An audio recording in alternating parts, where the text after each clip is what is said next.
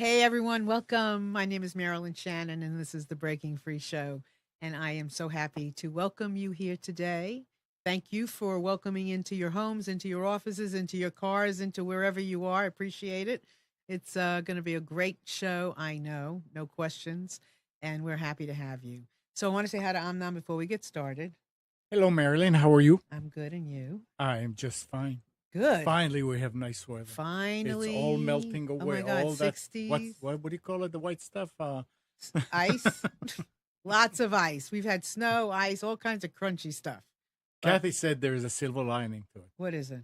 There are going to be less bugs outside for the dogs, like fleas and ticks and stuff. That's interesting. Hopefully. So Well, you have to look at the yeah, you silver. do. And you know what's interesting though? We've moved into this new townhouse and we have ladybugs. And I'm like, this is really cool. Because I always thought, ladybugs, you kind of made a prayer on ladybugs and some wishes and things came true. And I got ladybugs everywhere. So it's really great. Nice.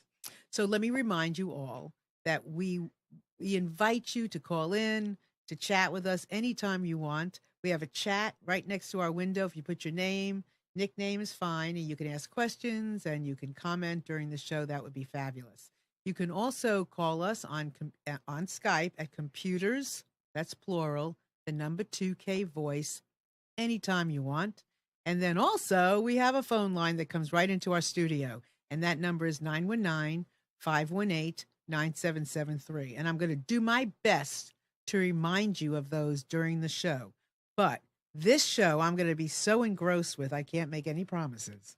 So once again, let me give it to you. 919-518-9773. That's our phone line. You come in at our chat. Just put your name underneath our video. And you can also come in on Skype. That'll be voice, so you won't be seen, but you will be heard. And that's also good. That's computers. That's plural, the number 2K voice. Let's get on with our show. So I am really delighted to welcome Dr. Eben Alexander and Karen Newell to our show. Welcome to both of you. Well, thank you, Marilyn. It's great to be here. Yes, thank you so much. It's really great to have you. And I can read their bios, and I never like to do that because, I don't know, it just is reading.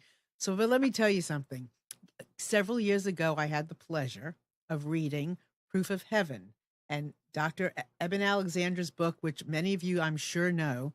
And it's a great book. I loved it. And my brother, who is a very straight doctor, is the one who told me to get this book. And I have never forgotten it. And it was just, sometimes books just leave an impression on you. And even when you read a lot of books, sometimes you can't remember one book from another. This one you can remember. So I want to remind everybody about that. And then Karen Newell, I'm really interested in what Karen has to say.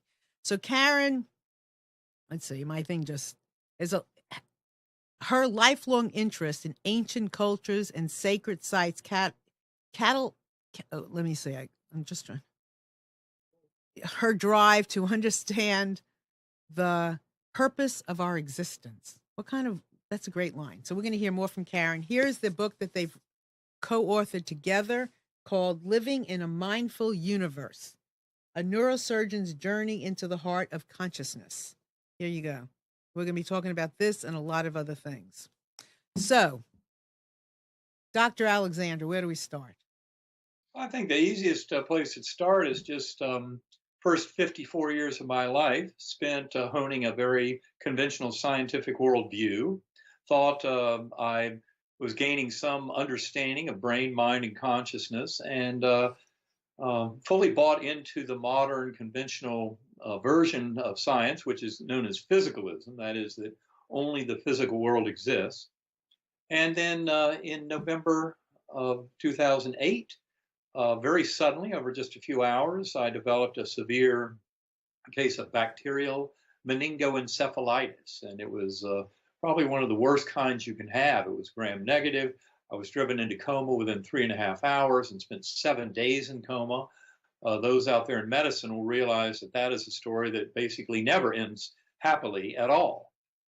And yet, shockingly, when I came back to this world after an extraordinary experience that was impossible by our modern neuroscientific understanding of the brain and our notions of how the brain might be the creator of consciousness, but my journey very clearly violated that whole set of concepts. And I think that's one reason why I'm often asked to speak at medical and surgical groups is they realize this story is far too bizarre to be something you can just kind of explain away like, oh, I guess every now and then something strange happens.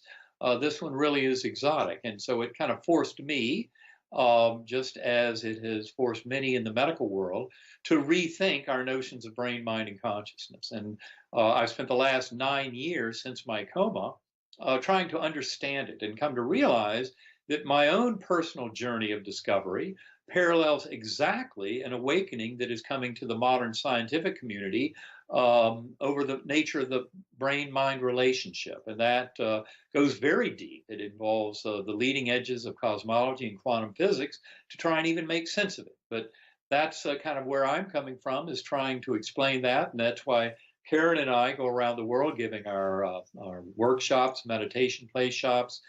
This is all about getting in touch with who we truly are, and also especially that we're really sharing that one mind, and a way of coming to work that into our lives and bring health and healing to all of us. Thank you for that. So, Karen, is there something in particular you want to add to what Dr. Alexander just said? Well, I think it's important to realize that he's like a lot of people in this world. Our culture really points to the fact that materialism runs our world, and that is the idea that the physical is all that exists. So that it's wonderful that an academic neurosurgeon, because of his personal experience, has come around to realizing there is more than just the physical to our world. Yeah, it was so fascinating when I read the book that I could immediately realize the value in having somebody like Dr. Alexander be our messenger. I mean, what better messenger is there than somebody that wouldn't believe, that might not have been a believer, that becomes a believer, right? And comes back in the most extraordinary way. I mean, I'm not a doctor, but understanding this form of meningitis, you don't come back. Well, I was down to about a 2% chance of survival, according to my physician. So that's not impossible. It's 2%. But to be as sick as I was, and with all the evidence they had from my neurologic exams, from my laboratory values, and from my CT and MRI scans that showed that all 8 lobes of my brain were severely damaged by this meningoencephalitis. And that's where, where it gets very interesting, because no, those kind of people don't come back. And to survive at a 2% chance, well, that's one thing. But to then actually have a recovery over 8 weeks where I had more than complete return of all my memories is something that has absolutely zero explanation within our modern Western mindset. But the important thing is when you start looking into near-death experiences, not just the ones in books, but the ones that are out there by the thousands on the internet, start to get to know those people, as Karen and I often do on these journeys, you start to realize that miraculous healing is part of the package. And it's because mind over matter is what we are seeing demonstrated here. These kind of miraculous healings, like my recovery, like Mary C. Neal's recovery, the orthopedic surgeon who wrote her book about her near-death experience after a kayaking accident in Chile where she was underwater for more than 30 minutes. Anita Morjani's beautiful book, Dying to Be Me, stage 4 advanced lymphoma, where she should have been dead within hours, and yet she had a miraculous recovery because of this extraordinary spiritual journey. And that's what a lot of Living in a Mindful Universe is all about. It's about joining together science and spirituality. Neither one can move forward without the other. And that's why this is such an extraordinary time of awakening for humanity, because science and spirituality are coming together in this much deeper understanding. And the best part about it is it completely liberates the individual human being to gain control and manifest the free will of their higher soul in their own healing and completeness and wholeness, and in living the life that they came here to live. And that's what the book Living in a Mindful Universe is all about. So when you talk about consciousness, what do you mean by consciousness? Because I go through and I'll say, I'm conscious today, I wasn't conscious yesterday. Consciousness is a connection. How do you refer to definition of consciousness?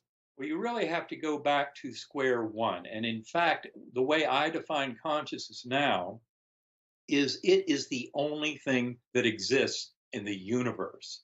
It's not simply how does the physical brain create consciousness, because it doesn't. It's really more how does consciousness create all of the physical universe, beginning with the brain and the body, but then every bit of it is a projection out of consciousness. So it really is the biggest question and issue to all of modern humanity is this nature of that relationship of the physical world and of our kind of phenomenal experiencing of it. And how does that all interact? And what we find in quantum physics, in the modern world of physics and cosmology, is you cannot get away from the fact that consciousness must be fundamental. That's what the founding fathers of quantum physics tried to impress on us. And yet the physics community, the materialist scientific community, has great difficulty with that. They have no idea how to understand it, even though many physicists have moved beyond that and do realize we must place consciousness as fundamental. Roger Penrose is a renowned mathematical physicist from England who's made tremendous progress along these lines. But there are also others, engineers, physicists, who recognize that consciousness is truly fundamental, and this is the world that we have to start explaining. So yes, consciousness is well worth our attention. I wonder how you define quantum physics if you don't talk about consciousness. I mean, how do you even define it? Well, quantum physics is really the intersection between the physical world and our knowledge of the physical world. So it is the most fundamental assessment of the brain and of the mind. That's what quantum physics is that intersection. And so that's why it's been so difficult, because many in the modern physics community think that they buy into that supreme illusion. What Karen and I develop in the book is people have to acknowledge that what you're experiencing is not the world out there. You only experience a mental construct within mind that we assume is a faithful representation of a world that is out there, the physical world. And yet modern quantum physics, the deepest lessons of it in ever refined experiments, is telling us no, that there is no world independent of the mind of the observer. And we really have to go back to that very solid foundation and start building from there. So quantum physics is an essential part of it all. But of course, the empirical human experience of everything that we go through in our lives, from our mundane everyday consciousness, but all the way through these extraordinary near-death experiences, after-death communications, past life memories in children indicative of reincarnation. Every bit of it is the evidence for developing the model of how reality is really put together and how mind and brain really relate. But we're really at that point where we must get a far better idea of consciousness and of those relationships between the physical world and our phenomenal experience of it. I have a lot of questions, but I want to go to Karen first. What are you adding to this? Because I know you were about to say something before. Well, what comes to mind when Eben talks about quantum physics is how so many people want to hear the explanation of how it works. We look to our scientists to define the mechanism of how consciousness interacts with the brain.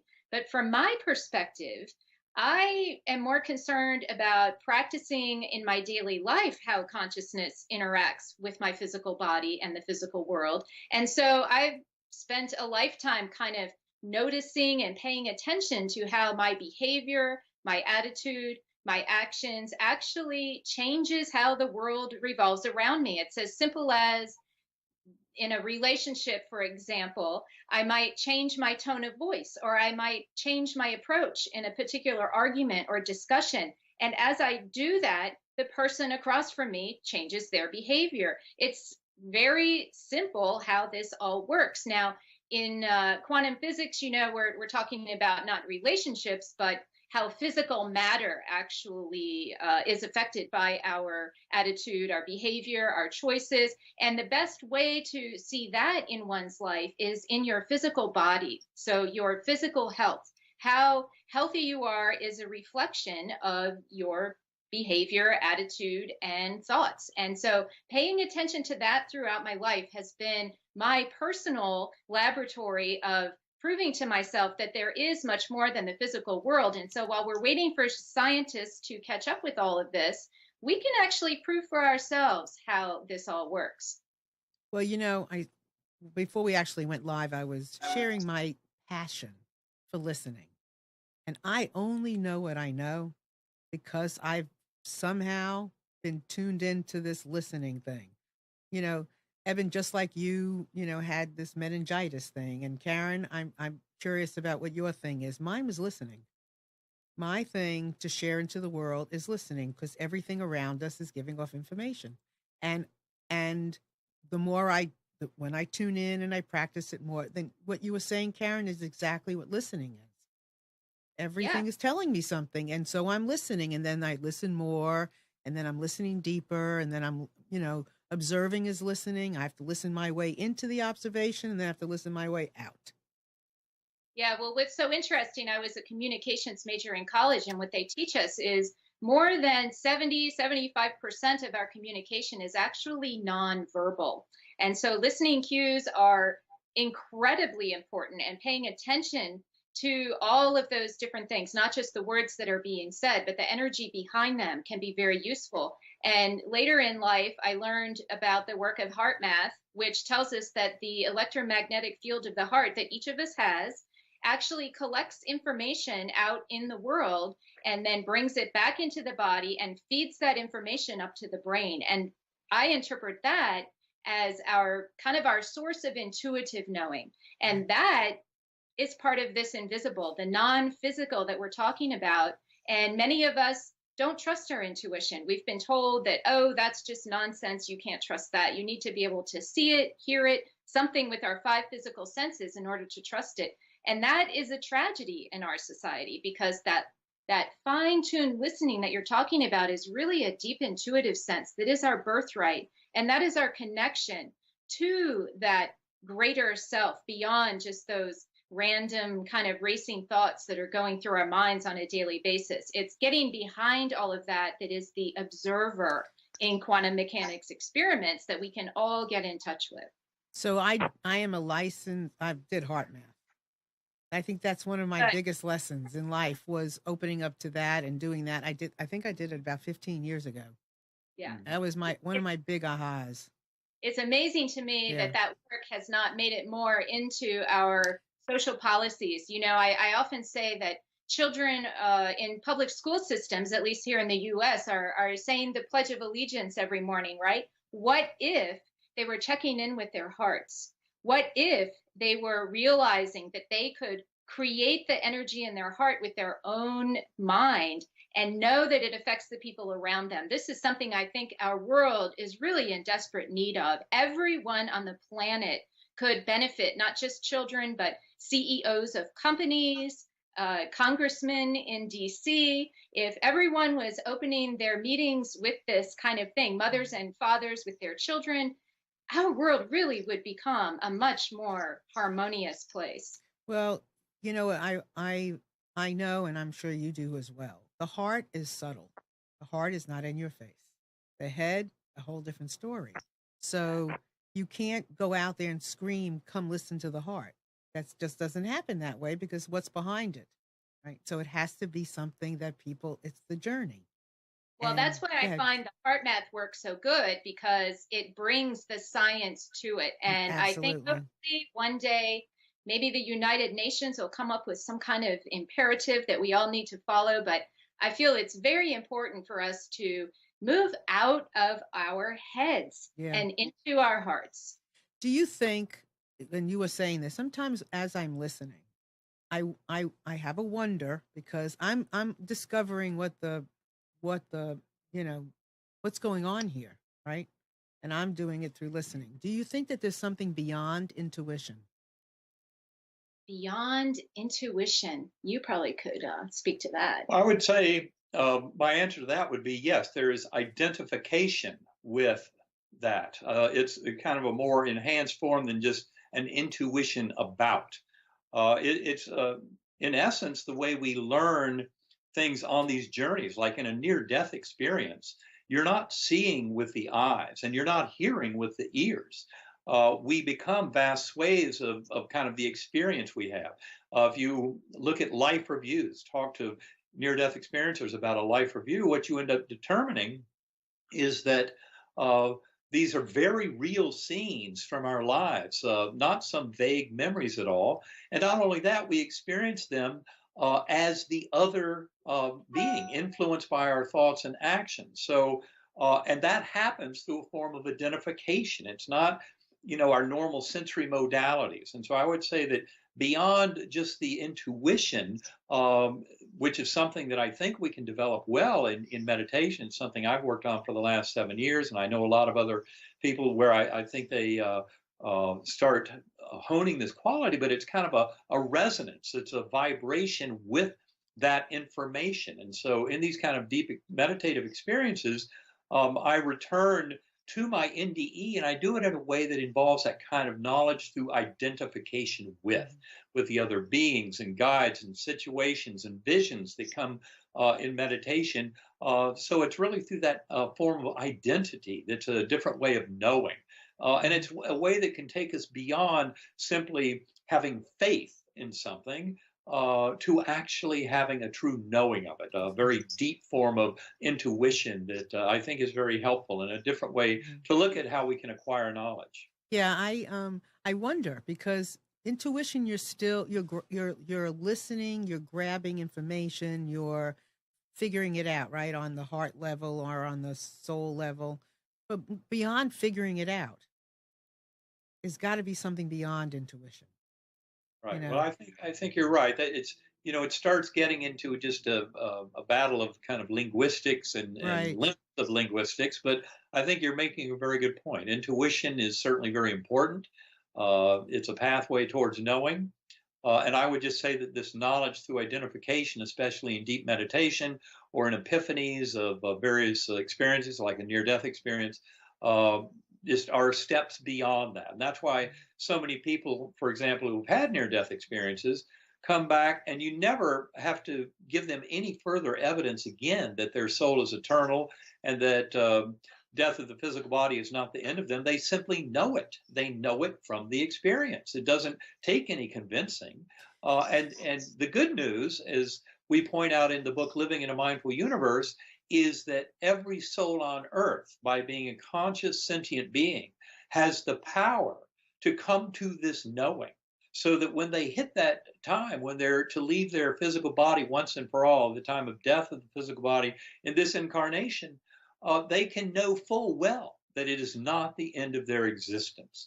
And this is the kind of gift that we're trying to share in Living in a Mindful Universe and in all of the presentations and meditation play shops that we give, all the sacred acoustics work, is all about sharing that message that you don't need to be smoked down by bacterial meningitis to know everything I know about this reality of eternity of soul and of the afterlife and more by going within. So this is where I was going to go with the why are we doing this? Why do we understand this? What's the point? And I want to talk to you about the sacred acoustics. I know that's very valuable to all that we're doing. One thing I just want to ask you, Eben, is when I read your book, one of the things that I just I've never forgotten throughout that whole reading of your book after I read it was and correct me if I'm wrong, but you had an encounter with a sister. Is that right? Is that true? Well, that's what proved the reality of the journey to me. And, a little bit of a spoiler alert for those who haven't read Proof of Heaven. But yes, that was what really tied it together. I mean, when I had this experience, it was such an extraordinary odyssey with literally far more real, sharp, vivid, and alive than anything I've ever experienced in this material realm. And that was just a tremendous shock to me, was how to make sense of it. Now, of course, initially, when I came back to this world, all of my knowledge of brain, mind, consciousness, all those years in neuroscience, every bit of that was gone. All I knew was where I had been. I knew the power of the spiritual journey, but I had been completely amnesic for the life of Eben Alexander through the whole thing. And so when I first came back to this world and my doctors were shocked that I was actually coming back in such a fashion. To me, I thought it had to be a vast hallucination. That's what my doctors told me initially. And yet, going far, far beyond that, I think was what happened, and that's the story we tell a lot more detail in Living in a Mindful Universe. But you're right. Essentially, it was the shock of finding out that beautiful guardian angel on the butterfly wing was someone of deep importance to me, but I'd never known her in my life. And that has to do with the adoption story, and all the details are there for people who don't know that story in Proof of Heaven. So you can go read it. It's a shocker that brought me back into hard reality about the reality of my deep coma journey. It was not a hallucination at all. Well, that's what one of the reasons I'm bringing this up is because if after this you have any, and we all have, the humanness of doubt, unless we experience some of this for ourselves. However, some things you just cannot deny, and it would be, and I really suggest to all of you listening, if you have not read Proof of Heaven, that you go and you read it, because it really was a fabulous read, and one you don't want to put down, and one that when you come away, you're like, okay, I believe this. It's really important. So I highly recommend that you do it. Talk to me about sacred acoustics. Well, when Eben and I first met, we were both using sound to kind of explore beyond the here and now within our consciousness. And I had, at that time, for about a year, been experimenting with sounds on my own with someone named Kevin Causey. And he and I were friends, and we would create our own frequencies.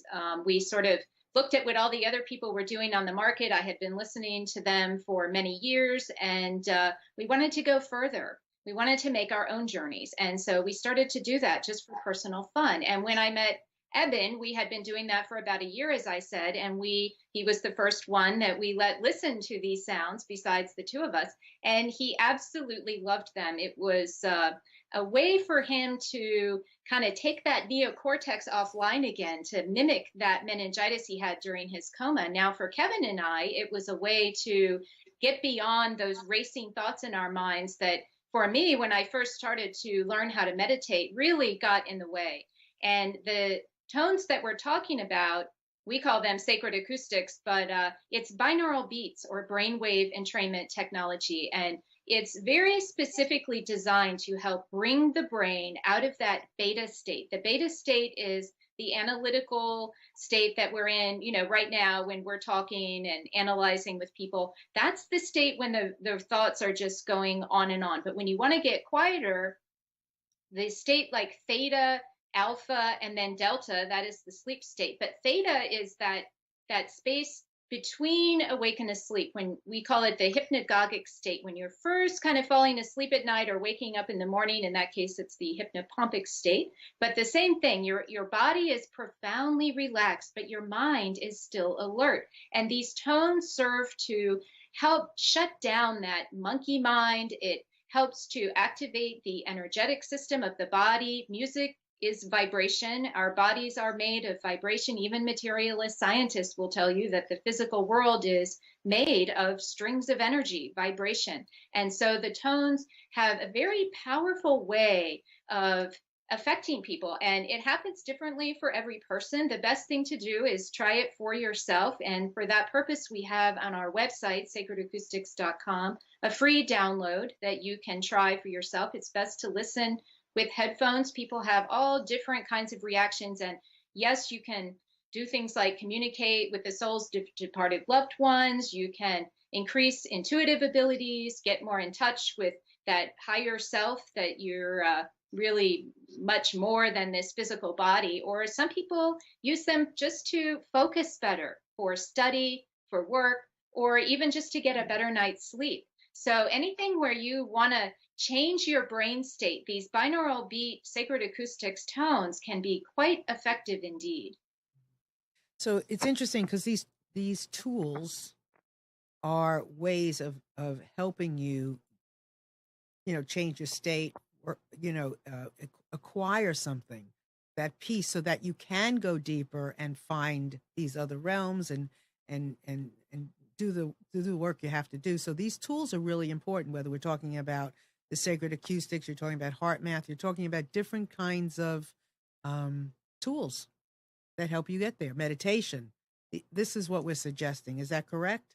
That is correct. And meditation is one of those words that a lot of people have different interpretations of. I know at one point I was very intimidated by that word meditation because I thought it meant I had to be some kind of monk in a cave or something in order to really do it right. And in our modern Western world, that's not very realistic. And so having tools to help us get there quicker is the Western way. And this helps us do that. And for me, they've been really useful training wheels because over the years, all the different kinds of tones that I've listened to have helped me learn how to recognize different states in my mind, in my being, so that I can reach those states without the use of the music. And there's so many different ways to interact with consciousness.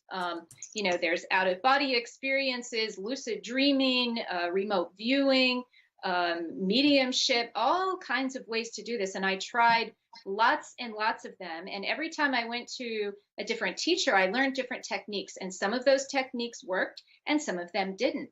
But each of us is an individual and must find out for ourselves which tools work the best. But meditation is becoming known to be kind of an essential in all of our lives. It's not really something that should be, oh, I'm one of those people who does it, or I'm one of those people that don't. This is something that every single person can benefit from. And the most obvious benefit is better health, reduced stress, and being more in touch with that deeper part of who we are. Karen, do me a favor, will you? And really define entrainment. Okay, so binaural beats are a system of delivering one frequency to the left ear, a different frequency to the right ear. It is the difference between those frequencies, I'll use the example of 4 hertz, that matters. And so the EEG device that reads the electric signal of the brain measures in the same hertz that we hear sound, cycles per second. And so a 4 hertz tone mimics that theta state, because 4 hertz is that border between delta and theta, awake and asleep. And so it's a very complex, formulaic sort of thing, but we put together all different recipes of these different frequencies to deliver what we feel is helping drive the brain down into those lower states of awareness with a little bit less effort than just sitting quietly and trying to do it by watching your breath and whatnot. Now, watching your breath and whatnot is also very important.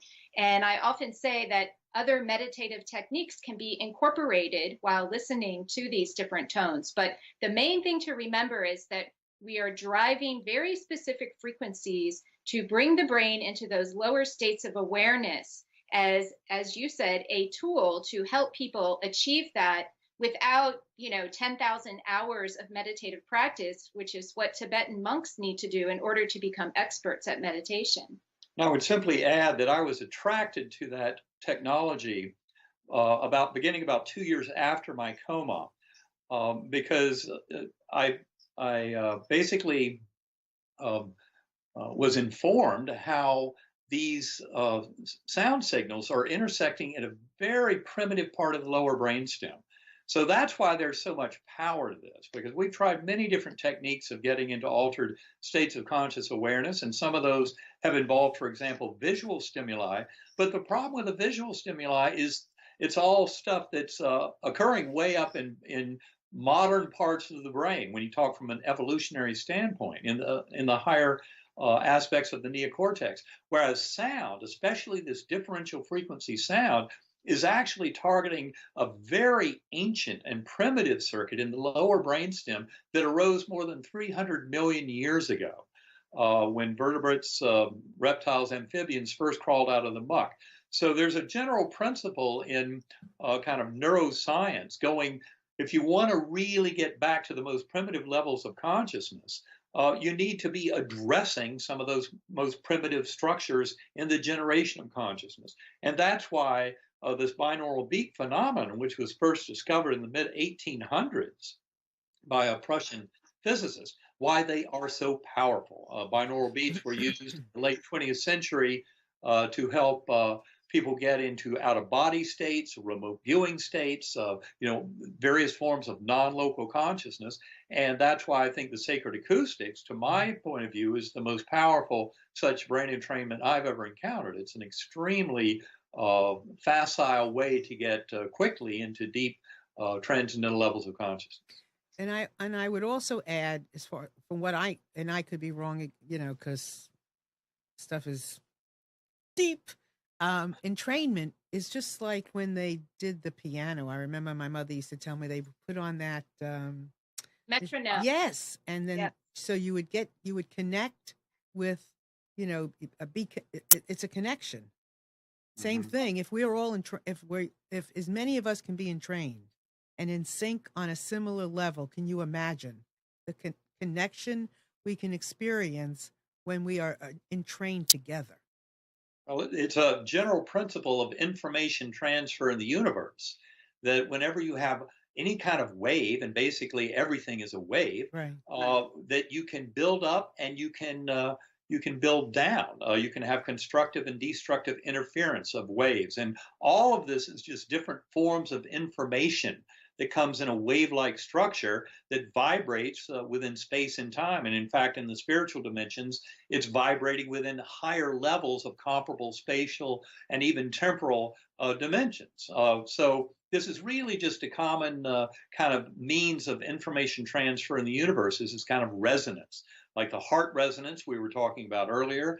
But likewise, this kind of use of brainwave entrainment is a form of using vibration and frequency and alterations in time and space to alter our pathways of information flow and understanding.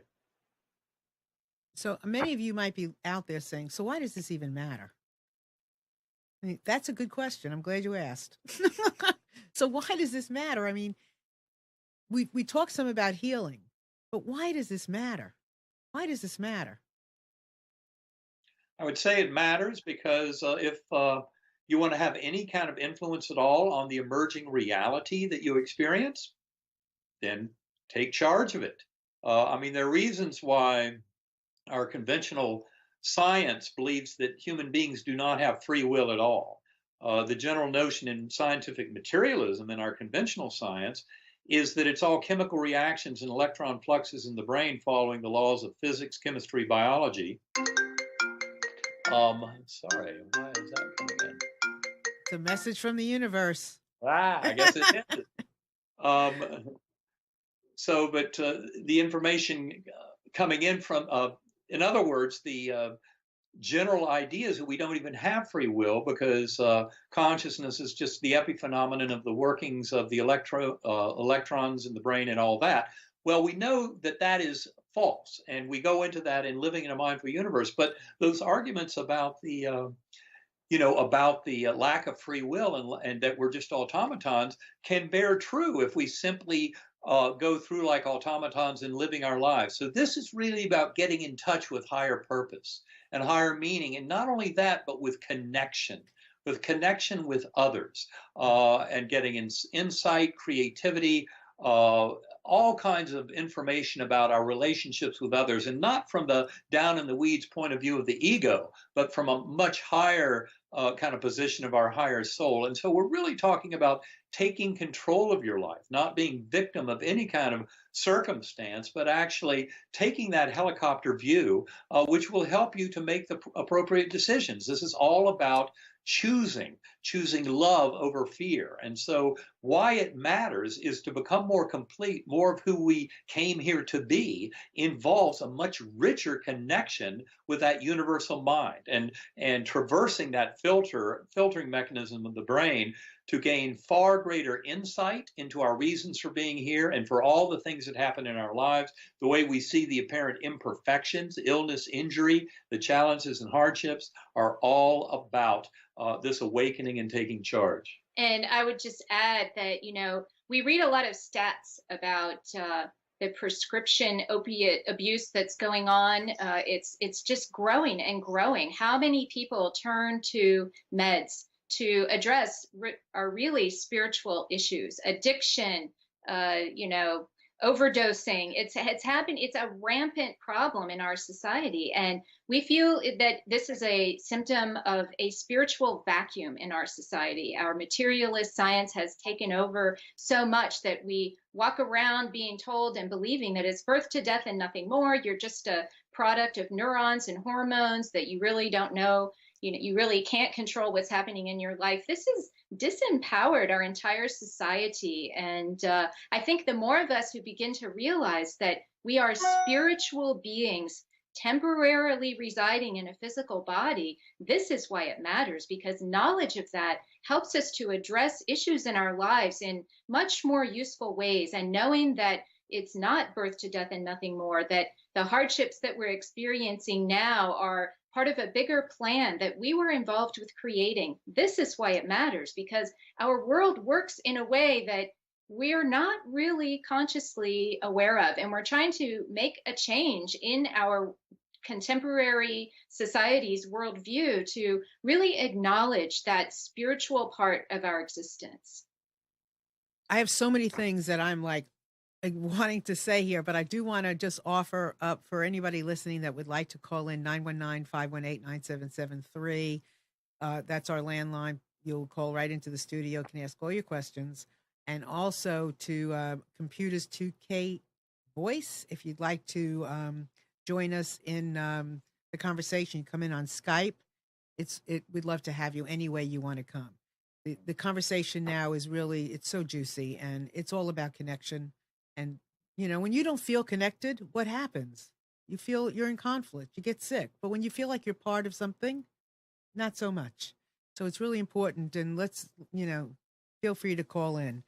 I know that we're experiencing some crazy stuff and conflict. And that's one of the reasons we started the show years ago called Breaking Free, was so that we would help empower through educating, through showing different people doing different things, suggesting different things, philosophies, so that we would be able to make our own decisions, and that we would not feel alone, and we would feel connected and know that there is more than just what our materialistic world is showing us.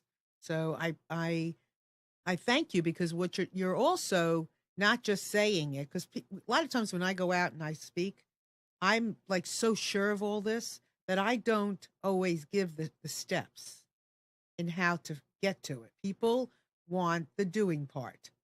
They want to know about the doing of the meditation, about the music, about how, the doing. How do I do it? I'm just like, well, just see it.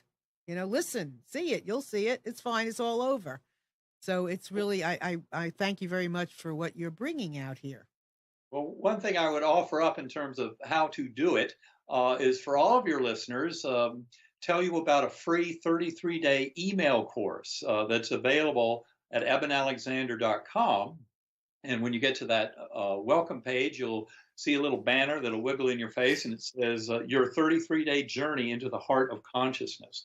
And in that 33-day journey, we cover some of the main concepts of the book, Living in a Mindful Universe. And each of those days, the participant receives an email that has some practical tips of, a major topic of the day, and also some resources available. And a practice every single day. Yes. And so it's about getting everybody on board, no soul left behind. And I would encourage people who want to find out more about how this can impact their life, how it can make it better, get involved with that free 33-day email course at ebenalexander.com. Participate there. Each of those pages has a comment section at the bottom. We've got a 20-language translate function, so we have people from all over the world who are participating in this 33-day forum and helping each other out. It's really very rewarding to see it. But it's important for this world to wake up and realize these concepts are very real, that the materialism that has reigned our world through the dominance of materialist thought in science is coming to an end.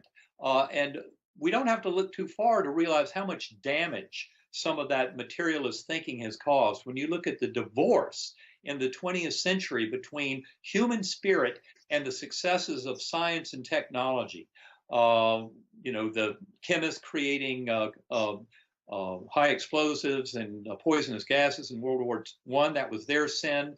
The physicists in World War II creating nuclear weapons. And so really, it doesn't take a rocket scientist to realize that this kind of false sense of separation that's come along packaged with that materialist science is wrong. And we've got to come around and admit that consciousness is fundamental. There is one mind, and we're all sharing that one mind. And this is a radical position shift, and yet it's the way the world actually works. It's very empowering to individual human beings, and it is what will save this world. Because when you look at the headlines today, I don't think it's a big surprise to anybody. The status quo is not working. We're in deep trouble with our ecology because of a lot of the damage we've done with burning fossil fuels. It really is time for humanity to wake up. And this is true for the individual too. And that's what living in a mindful universe is all about, this revolution, where Karen and I actually have great reason for optimism, as you will see when you read this book. And that optimism is not so apparent when you just read the headlines coming in on your phone every few minutes about what's going on with this world, but that's all part of the growth that's going to happen. Exactly. You know, I wrote a book.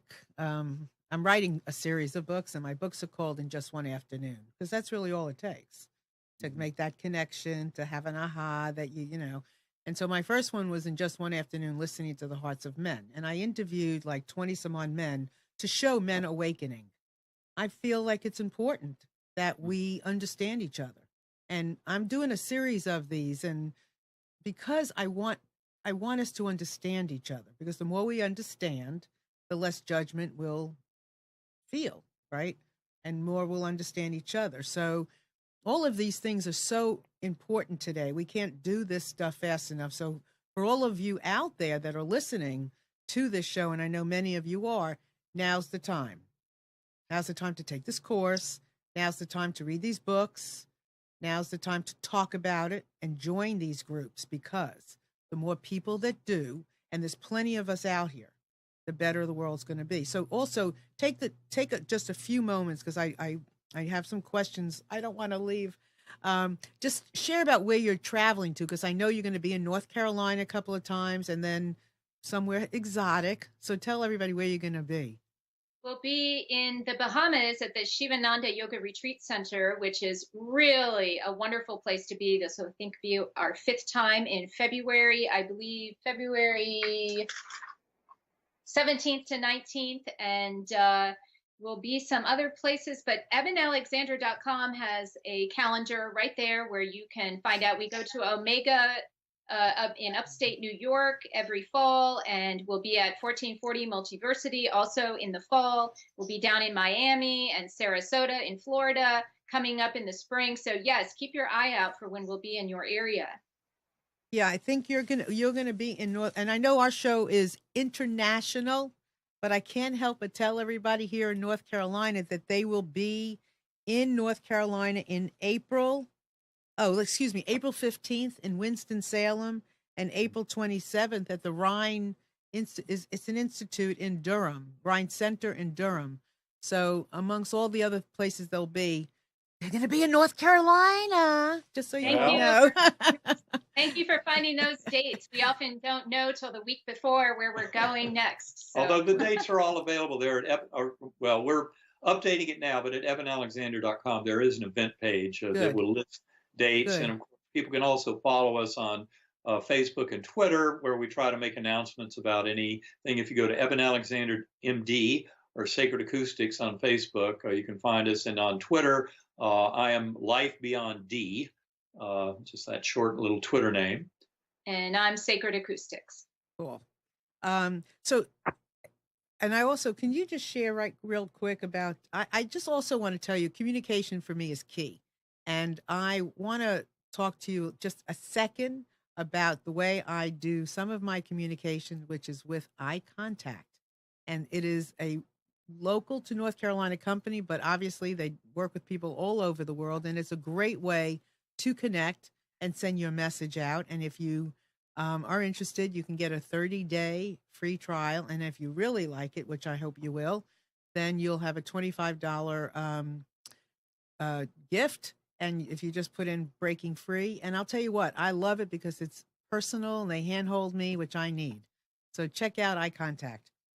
So based on where you've both been, how do you when you staying mindful and staying in this conscious state, what does that mean? Do you stay really healthy then?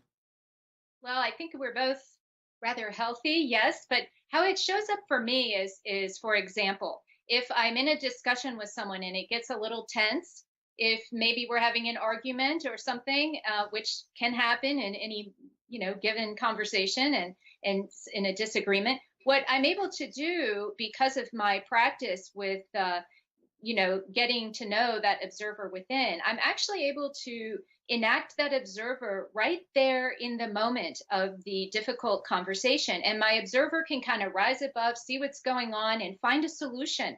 And I'm able to pay attention to what that is in that moment and make a change right then and there. And that's one way, very practical way, that this sort of practice can really help you on a daily basis. And being able to kind of detach from those emotional reactions and realize that those reactions are something that's being triggered inside of you and not necessarily the external stimulus is very helpful in trying to resolve conflict and difficulty so that you can move on and really start to focus on using intention to manifest what you want to show up in your life.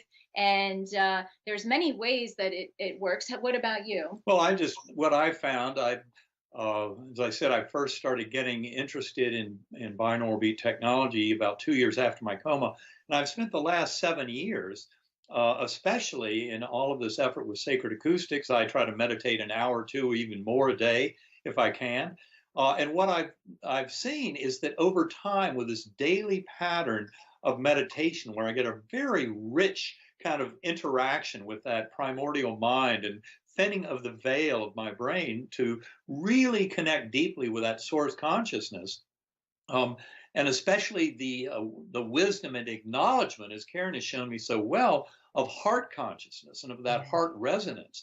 What I found is that all of these things just start to flow. I mean, the noticing of all is well, and that the world seems to be kind of presenting opportunities and communications and relationships and people and events and things like that are always very favorable. They're always like following the breadcrumbs to go in the right direction. So it's really just kind of an opening of awareness and an enhancement and a cultivation of a much richer relationship with that one mind, with that source consciousness that is the origin of all that is. And what I find, of course, is that this kind of meditation, it turns out it's like training wheels. So what it does is it helps your mindset to become more connected with that, to develop your powers of intuition, your powers of knowing.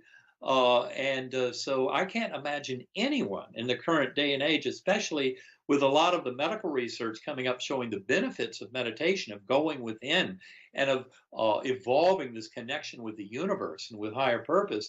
I don't know why anybody wouldn't be doing it. It's an absolute godsend. And it really has helped tremendously in a lot of this work. And of course, that kind of process and that kind of growth personally comes through a lot in this book, Living in a Mindful Universe, because it's really a very personal sharing from Karen and myself of how we have been able to really benefit from this kind of knowing, this kind of shift in worldview, and this kind of practice in our lives every day. I'm going to show the book again so everyone can see it. And there you go. My fingers are in the way. I hope not.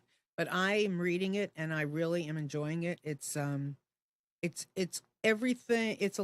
I won't say, I'm reluctant to use the word everything, but it has the science, it has the spirituality, it has proof.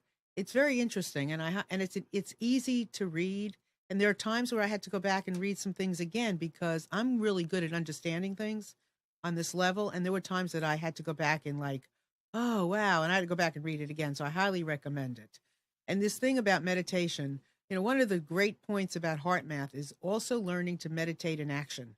That was one of the things that I love so much, is because we don't always we have a thing made up that we have to go into a room close the door, close the lights, and be like by ourselves. It's not the only way to do it. Music offers us a form of meditation in action.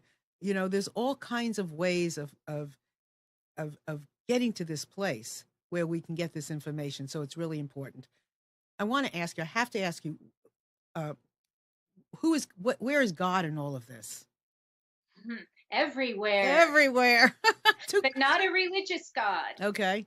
There's no religious God. God is like it's the force in Star Wars, although not with the good and evil going on. It's Eben, you really have to spell that out. Well, the God source is the source of all that occurs in the universe. And that most fundamentally includes a connection of our mind, our consciousness. And we're not separate from that. There are many different revisions of kind of my Christian upbringing that I had to go through after this experience. It was not just I would say it's actually more of a return to the original Christianity, but not the version of Orthodox Christianity that we've been fed over these thousands of years. But it's actually deeper than that, because it's a consolidation of the mystical traditions of all the great faiths. So you really can't have any one religion trying to claim it. It's the deepest sense of that oneness, of that power, that force. It's what empirically people who've had spiritually transformative experiences have encountered. It's why near-death experiencers come back knowing there's no fear of death, because they have reunited with that source, with that incredible power of infinite love, that God force at the core of the universe, absolutely alive, real, and well. And yet some of our Orthodox religious systems have tried to create this picture of separation, like the Orthodoxy tries to make one version better than the other, and all of that. And that's where the nonsense comes in, because there is no separation. We are one with that God. We are one with each other. We are bound together through that force of love. There is not a countermanding force of evil. That's the interesting thing. The apparent darkness and evil in our universe is really the absence of the light and love. But each and every one of us, as a projection of that universal force of oneness and love, that God force at the core of the universe, we can bring that light and love into our lives and channel it, serve as a conduit to bring it into all other lives.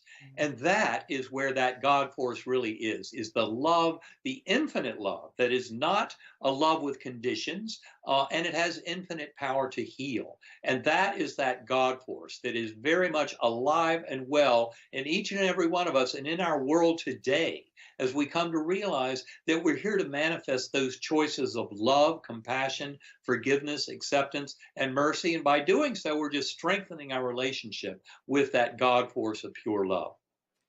Well, that was a perfect. Go ahead, Karen. Go ahead. Say that. Go ahead. No, I said nicely said. You took the words out of my mouth. And I'm so glad you spoke. We kind of saved that big question, even though I've been wanting to ask. It just it was a perfect time, because it's important to understand nobody owns the mountain. And when I was younger, I had a lot of trouble with organized religion. And in the process of kind of rejecting organized religion, I rejected that God concept.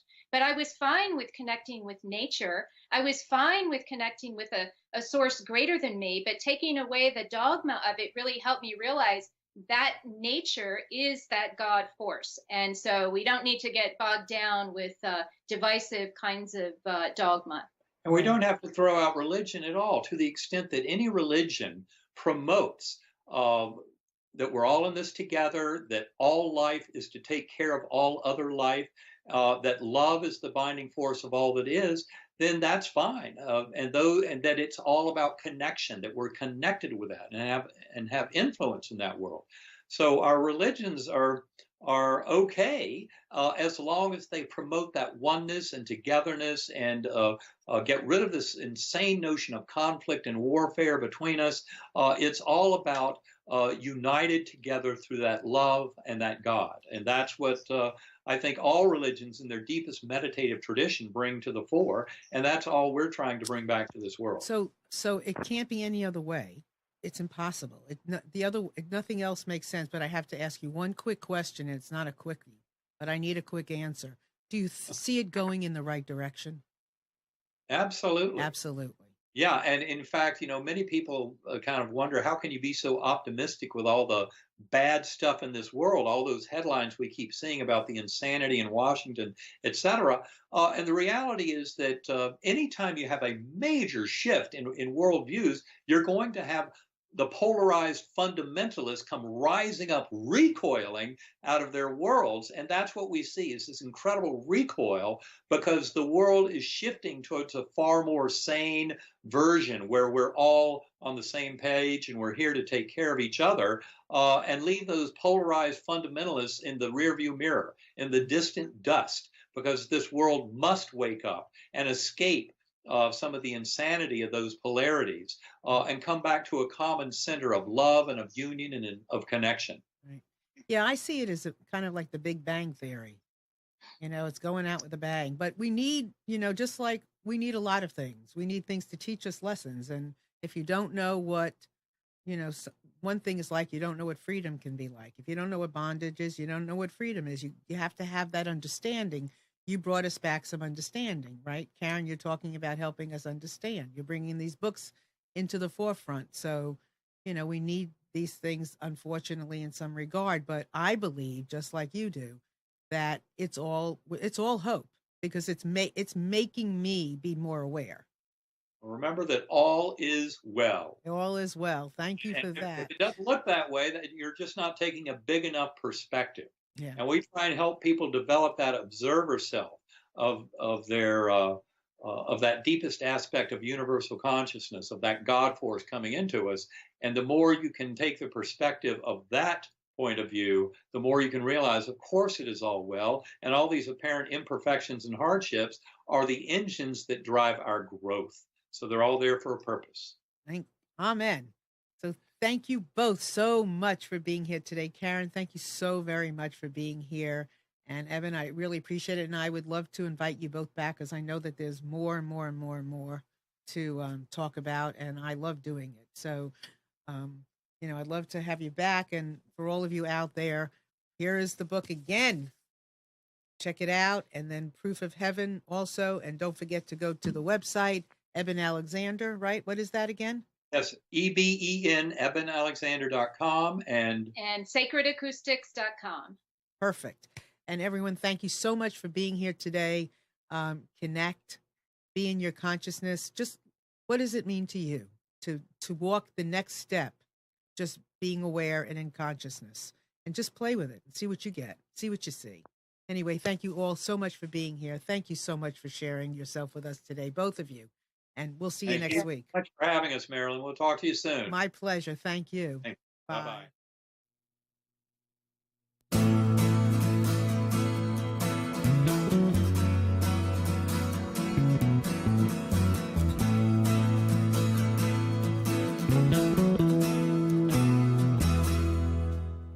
You are tuned to the Nissan Communications Network. If you tuned in too late, you can always watch each program in its entirety or download an MP3 audio file of it in the archives section at nissancommunications.com. Don't forget to subscribe to our YouTube channel, follow us on Twitter, and like us on Facebook. Sponsored by Telestream's Wirecast software, StreamingGear.com, Carolina Apparel, and DeltaForce.net.